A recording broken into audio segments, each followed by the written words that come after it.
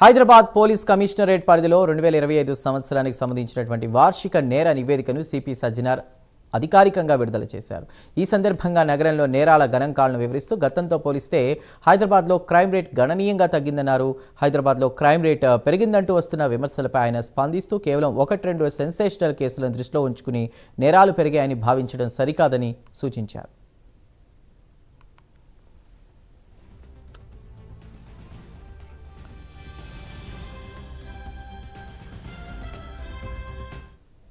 హైదరాబాద్ సిటీలో శాంతి భద్రతలు పూర్తిగా అదుపులోనే ఉన్నాయని, గత ఏడాది కంటే ఈ ఏడాది నేరాల శాతం 15% తగ్గిందని ఆయన వివరించారు. కమిషనరేట్ వ్యాప్తంగా నమోదైన మొత్తం కేసుల సంఖ్యలో 14% మేర తగ్గుదల నమోదైనట్లు వెల్లడించారు. మొత్తం మీద ఈ ఏడాది 19,831 కేసులు నమోదు కాగా న్యాయస్థానాల్లో 4,463 మందికి శిక్షలు ఖరారయ్యాయి.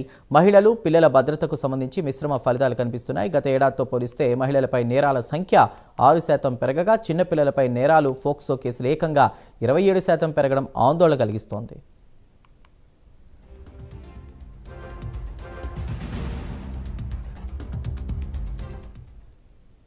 మహిళల భద్రత కోసం షీ టీమ్స్ నిరంతరం శ్రమిస్తున్నాయని, ఈ ఏడాది 1114 కేసులు నమోదు చేసి 3,817 మందిని రెడ్ హ్యాండెడ్గా పట్టుకున్నామని సిపి సజ్జనార్ తెలిపారు. అలాగే భరోసా సెంటర్ ద్వారా 85 అవగాహన సదస్సులు నిర్వహించినట్లు పేర్కొన్నారు. మరోవైపు హత్యలు, అత్యాచారాలు, కిడ్నాపింగ్ వంటి తీవ్రమైన నేరాలు తగ్గుముఖం పట్టాయి. ఈ ఏడాది 69 హత్య కేసులు, 405 అత్యాచార కేసులు, 166 కిడ్నాపింగ్ కేసులు నమోదయ్యాయి. అలాగే చీటింగ్ కేసులు 4,536గా నమోదయ్యాయి.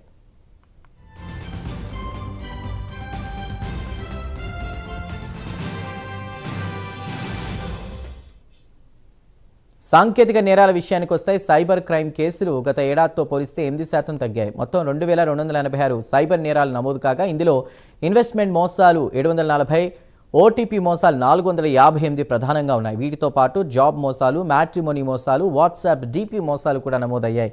National cyber crime reporting portal ద్వారా అందిన 26,379 ఫిర్యాదుల మేరకు సుమారు 319 కోట్ల రూపాయల నష్టం జరగగా పోలీసులు అప్రమత్తంగా వ్యవహరించి 54 కోట్ల రూపాయలను హోల్డ్ చేశారు. డ్రగ్స్ నియంత్రణలో పోలీసులు కఠినంగా వ్యవహరిస్తున్నారని, అందుకే కేసుల సంఖ్య కూడా పెరిగిందని సజ్జనార్ వివరించారు.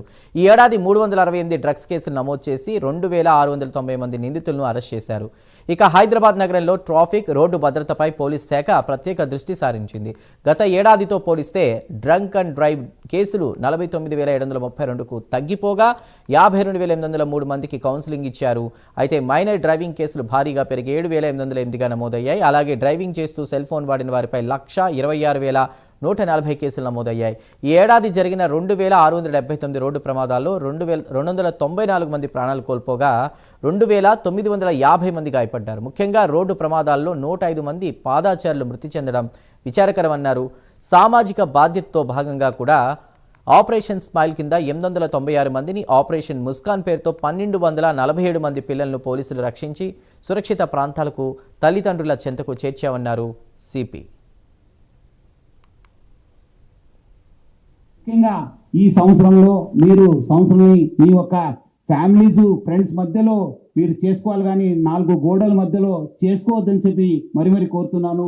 చాలా మంది ఈ మధ్యలో కూడా నేను చెక్ చేసినప్పుడు చూశాను, ఇంకా చాలా మంది ఏదో లైట్గా తీసుకుంటున్నారు. కానీ మీ సంవత్సరము, మీ యొక్క కొత్త సంవత్సరము ఫ్యామిలీస్, ఫ్రెండ్స్ మధ్యలో ఉండాలి, కానీ 4 గోడల మధ్యలో ఉండొద్దు.